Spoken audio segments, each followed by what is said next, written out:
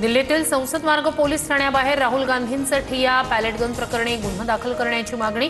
गुन्हा दाखल होईपर्यंत हटणार नाही राहुल गांधी ठाम. राजस्थानच्या जयपूरमध्ये सीजेपीच्या कार्यकर्त्यांना बेदम मारहाण. रामपुरातील ग्रामस्थांकडून सीजेपी प्रवक्ते आशुतोष रांका यांना मारहाण. तरुणींच्या अंगावर माती फेकली, गाड्या फोडल्याचा प्रकार.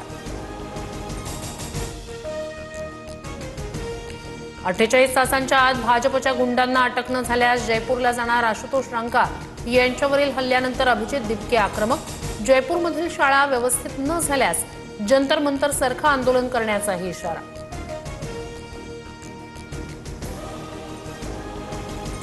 राहुल गांधींच्या स्वागतासाठी पुण्यात रोहित पवारांचे बॅनर. राजकीय वर्तुळात चर्चांना उधाण.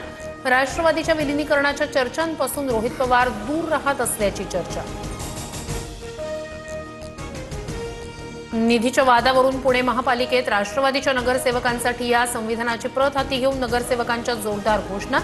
राजकीय सूडबुद्धीनं अन्याय केल्याचा आरोप. राज्यात ड्रग्ज येतात कुठून हे पोलिसांना माहीत नसेल का? पोलिसांना 24 तासांची सूट द्या, ड्रग्ज फ्री महाराष्ट्र मिळेल. मनसेच्या अमित ठाकरे यांचं वक्तव्य. बेस्ट कर्मचाऱ्यांच्या 3 मागण्यांवर प्रशासन सकारात्मक. कामगार नेते शशांक राव यांचं उपोषण मागे. सरकारच्या आश्वासनानंतर 4थ्या दिवशी उपोषण स्थगित. छत्रपती संभाजीनगरमध्ये राजरोसपणे सुट्या खाद्यतेलाची विक्री सुरू. जनामुंढा परिसरात एफडीएच्या निर्बंधांना हरताळ. 170 रुपये किलो दरानं सुट्या तेलाची विक्री सुरू. एफडीएच्या कारवाईकडे लक्ष. नाशिकमध्ये रस्त्याला 10 फूट मोठं भगदाड.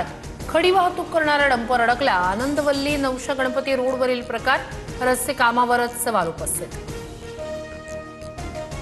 विदर्भासह राज्यात 15 दिवसांपासून पाऊस गायब. पुढील 4 आठवडे राज्यात पावसाचं प्रमाण घटणार. धरणांचीही परिस्थिती चिंताजनक. एल निनोच्या प्रभावामुळे शेती पिकांना मोठा फटका बसण्याची शक्यता.